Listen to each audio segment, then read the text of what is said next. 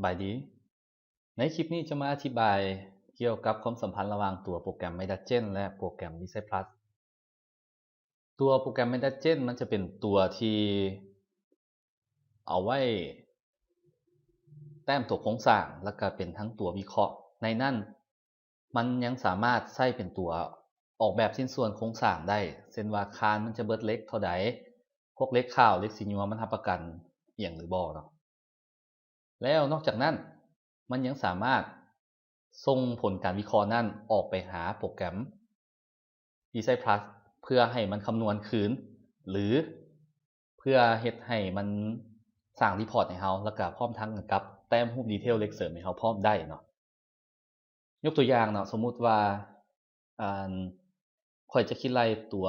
รากฐานเนาะในตัวรากฐานตัวโปรแกรม Medagen ก็สามารถคิดรายได้หรือเจ้าจะส่งออกไปหาตัว Design Plus ก็ได้เนาะเช่นว่าเนาะข่อยมาที่ตัวโปรแกรม Design Plus สังเกตตัวเขียวๆนี่เนาะความหมายตัวเขียวตัวนี้คือมันจะ connect ไฟล์ระหว่าง Medagen และ Design Plus เนาะบัดนี้เวลาเจ้าอยากคำนวณสมมุติว่าข่อยอยากคิดรายรากฐานตัว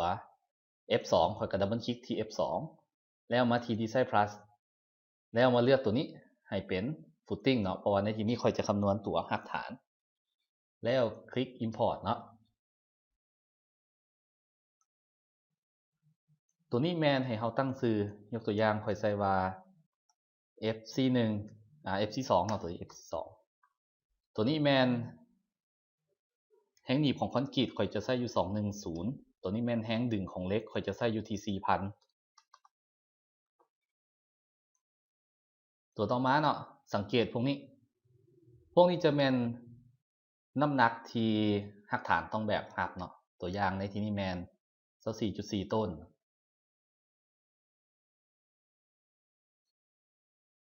ในส่วนของ Surface Load ตัวนี้ความหมายคือในกรณีที่มีน้ำหนักกดลงอยู่เทิงพื้นดินเนาะ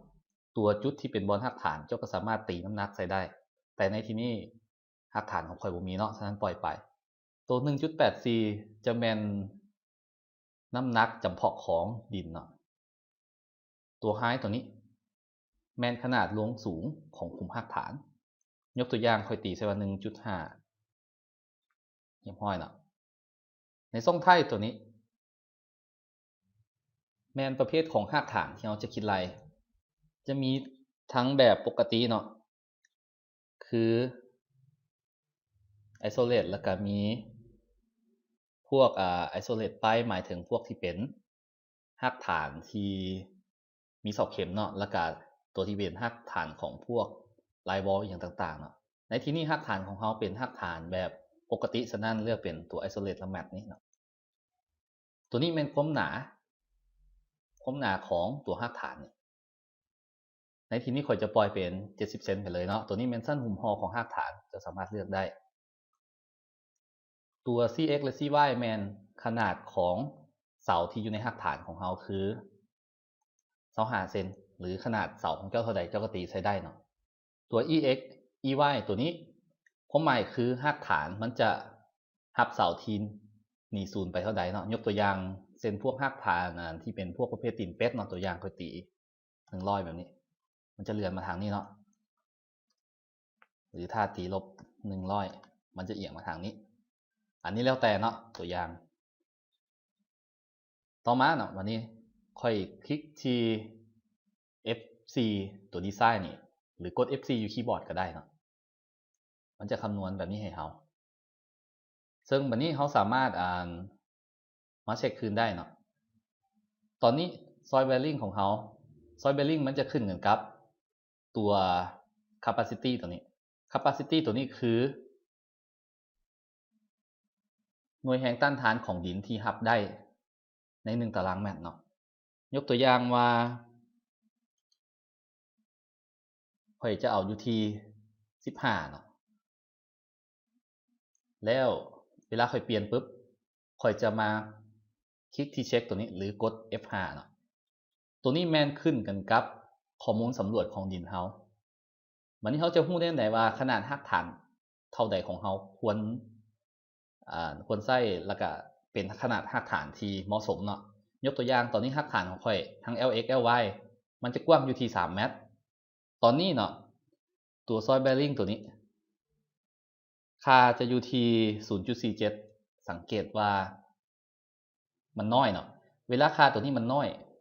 มันจะเปลืองหมายถึงว่ารากฐานเขาใหญ่เกินความจำเป็นค่าตัวนี้ควรอยู่ระหว่าง 0.8 เนาะหรือเต็มที่กับ 0.9 เนาะบ่เกินนั้นในที่นี้ข่อยอยากเพิ่มค่าตัวนี้ขึ้นคือข่อยต้องมาลดขนาดของตัวรากฐานหมายถึงว่ารากฐานข่อยใหญ่เกินไปตัวอย่างข่อยเอาอยู่ที่2แล้วกด F5 เพื่อเช็คเนาะสังเกตเนาะจะอยู่ที่ 0.7 โดยประมาณเนาะต่อมาบัดนี้ขนาดการวางเล็กเฮาได้เท่าใดเนาะยกตัวอย่างว่าตอนนี้เฮาใช้เล็กฟรีซาวระยะห่างสูงสุดของมันให้อยู่ที่24 เซนเนาะถ้าสมมุติว่าค่อยเปลี่ยนเป็นเล็กเบอร์16แล้วค่อยกด F5 เพื่อเช็คเนาะมันจะให้ระยะห่างอยู่ที่15 เซนอันนี้แล้วแต่เลือกเนาะเรียบร้อยเนาะบัดนี้สมมุติว่าเจ้าอยากไล่รากฐานตัวต่อไปเนาะเจ้าก็มาที่ตัว My Dungeon นี่แล้วตัวนี้เลือกUnselect ไปก่อนเนาะค่อยเลือก Unselect All แล้วดับเบิลคลิกที่รากฐานตัวต่อมาคือตัว F1 นี่แล้วมาที่ตัว Design Plus ตัวนี้เป็น Footing คือเก่ากด Import เนาะแล้วมาเบิ่งที่ Footing นี่คลิกที่ตัวนี้เนาะแล้วก็เปลี่ยนชื่อมันคือ FC1 ตัวนี้คือเก่าเนาะแห่งหนีบคอนกรีตข่อยใส่อยู่210แห่งดึงของเล็กอยู่ที่ 4,000 ตัวต่อมาเนาะลงเลิกของขุมรากฐานข่อยจะใส่อยู่1.5 เมตรวันนี้รากฐานของข่อยจะคิดไล่เป็นรากฐานที่รับเสาเข็มเนาะข่อยก็เลือกตัวนี้ตัวพวกนี้มันคือเก่าเนาะขนาดของเสาอันนี้ก็แม่นระยะหนีสูงของมันตัวต่อมาตัวนี้แม่นขนาดเส้นผ่ากลางของตัวที่เป็นเสาเข็มยกตัวอย่างว่าข่อยใส่เสาเข็มขนาดเส้นผ่ากลางอยู่ที่35 เซนเนาะตัวนี้แม่นสเปซหมายถึงว่าระยะห่างของการวางเสาเข็มเนาะตัว tension ตัวนี้แม่นแห่งดึงของลวดมันตัวนี้แม่นความสามารถทำน้ำหนักของเข็ม1 ต้นเนาะตัวอย่างว่าค่อยลดสเปคเสาเข็มค่อยลงค่อยเอาอยู่ประมาณ25แบบนี้เนาะแล้วตอนนี้ค่อยใส่เข็มอยู่4 ต้นค่อยลองมาคลิกที่ดีไซน์นี่ลองเบิ่งหรือกดปุ่ม F4 เนาะคลิกที่ดีไซน์วันนี้เขาจะฮู้ว่าเปลืองหรือบ่เปลืองเขามาเบิ่งอยู่ที่ค่าตัวนี้เนาะมาสังเกตเบิ่งตัวนี้จะอยู่ที่ 0.5 เนาะฉะนั้นค่อยลองลดลงมาเป็น2 เข็มลองเบิ่งเนาะ2 เข็มแล้วกด F5 เพื่อเช็คลองเบิ่งจะอยู่ที่ 0.9 เนาะโดยประมาณเนาะแต่อันที่จริงแล้วเสาเข็มขนาดdimension อยู่ที่35 เซนนี่เนาะมันจะรับน้ำหนักได้หลายกว่า25 ต้นแน่นอนเนาะอันนี้แม่นตัวอย่างให้เจ้าเบิ่งซื่อๆเนาะบัดนี้เวลาเจ้าคำนวณอีหยังเรียบร้อยแล้วเจ้าสามารถสั่งให้มันแต้มได้โดยการมาที่ draw นี่เนาะแล้วมาที่ create ตัวนี้แล้วมันจะแต้มเป็นไฟล์ cat เนาะหมายถึงว่ามันจะดีเทลเล็กแบบนี้เจ้าแล้วเจ้าสามารถเซฟออกเป็นไฟล์ cat ได้เนาะ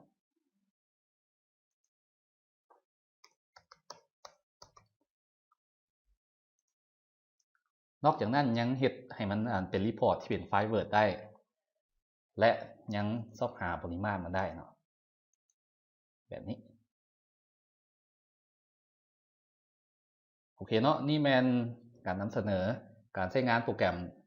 My Dungeon กับ Design Plus